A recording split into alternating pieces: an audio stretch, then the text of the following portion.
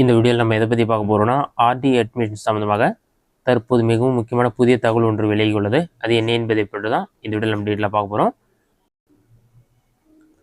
இது சம்மந்தமாக செய்தித்தாள் வெளியிட செய்தி என்ன என்பதை பற்றி பார்க்கலாம். இதில் என்ன சொல்லியிருக்காங்கன்னா, தனியார் பள்ளிகளில் ஏழை மாணவர் சேர்க்கை தற்போதைக்கு இல்லைன்னு சொல்லிட்டு அமைச்சர் அன்பில் மகேஷ் தெரிவித்துள்ளார் விஷயம் பண்ணியிருக்காங்க. இதில் என்ன சொல்லியிருக்காங்கன்னா, மத்திய அரசிடமிருந்து பணம் வந்த பின் தனியார் பள்ளிகளில் ஏழை மாணவர்கள் சேர்க்கப்படுவர் என பள்ளிக்கல்வித்துறை அமைச்சர் மகேஷ் தெரிவித்தார்.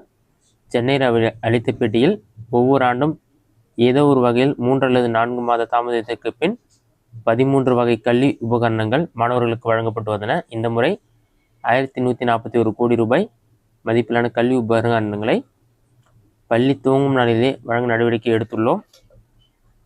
கட்டாய கல்வி உரிமை சட்டத்தின் கீழ் தமிழகத்திற்கு வர வேண்டிய 600 கோடி ரூபாய் நிதியை மத்திய அரசு விடுவிக்காமல் உள்ளது.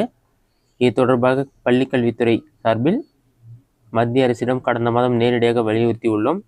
இப்பிரச்சனைக்கு தீர்வு காண முதல்வரின் ஆணைப்படி உச்சநீதிமன்றத்தில் வழக்கு தொடரப்பட்டுள்ளது.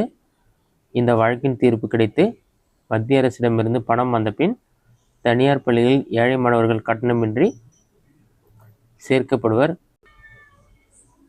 கடந்த ஆண்டுகளில் பள்ளிகளில் ஆசிரியர் மாணவர் மோதல் சம்பவங்கள் அரங்கேறின.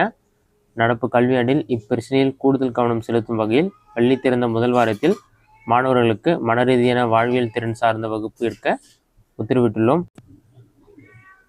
மாநில கல்விக் கொள்கை குறித்த வரைவு அறிக்கை முதல்வரிடம் உள்ளது. விரைவில் அதை அவர் வெளியிடுவார். இவ்வாறு அவர் கூறினார். இதுதான் தற்போதைய முக்கிய அப்டேட். தற்போதைக்கு பார்த்தீங்கன்னா ஆர்டி அட்மிஷன் தொடங்கப்படாது என்று கூறியுள்ளார். மத்திய அரசு நிதி ஒதுக்கிய பின்பே பார்த்தீங்கன்னா இந்த அட்மிஷன் தொடங்கப்படும் என்று கூறப்பட்டுள்ளது. இதுதான் தற்போதைய முக்கிய தகவல். இந்த வீடியோ உங்களுக்கு யூஸ்ஃபுல்லாக கொடுக்கிறேன். இந்த வீடியோ பிடிச்சிருந்தா லைக் பண்ணுங்கள். வேறு டவுட் கமெண்ட் பாக்ஸில் கமெண்ட் பண்ணுங்கள்.